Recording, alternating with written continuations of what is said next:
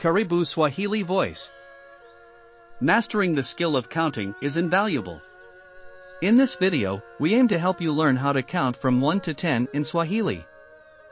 Knowing your basic numbers and how to count in Swahili is key to whether you are bargaining at a local market or scheduling plans. Get ready to improve your Swahili skills by learning the numbers and how to count in Swahili. Let's make numbers count in Swahili. Stay tuned for a lesson with knowledge and fun. Twende. Let us learn how to count Swahili numbers from 1 to 10.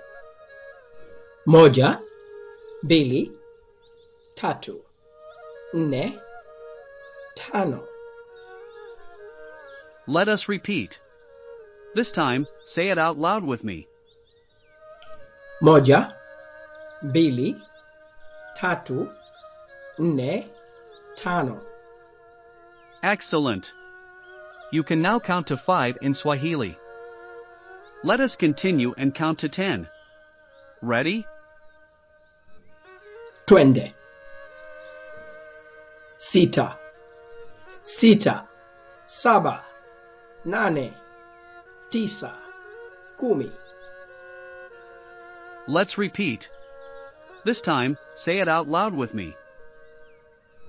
Sita, saba, nane, tisa, kumi. Great job. You can now count to 10 in Swahili.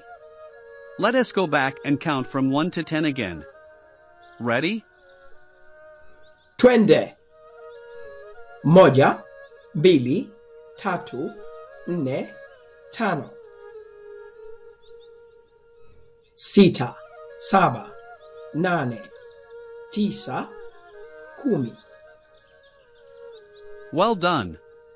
You can now confidently count from 1 to 10 in Swahili. How about a counting challenge? Let's now learn to say these numbers in Swahili: 20, 30, 40, 50, 60, 70, 80, 90, 100, and 1000. That's all you need to know about numbers and counting. I hope you enjoyed the lesson in this video, and now you're confident with numbers and counting in Swahili. Did you know you can enhance your learning with one-to-one Swahili lessons? Reach out to us at inquiries@swahilihouse.co.uk for more details. Keep following our upcoming short instructional videos. Remember to grab your free copy of our ebook, Swahili Survival Terms, available at the end of the 10th episode of this series. And don't forget to subscribe. Thank you for tuning in. See you in the next episode, giving directions in Swahili.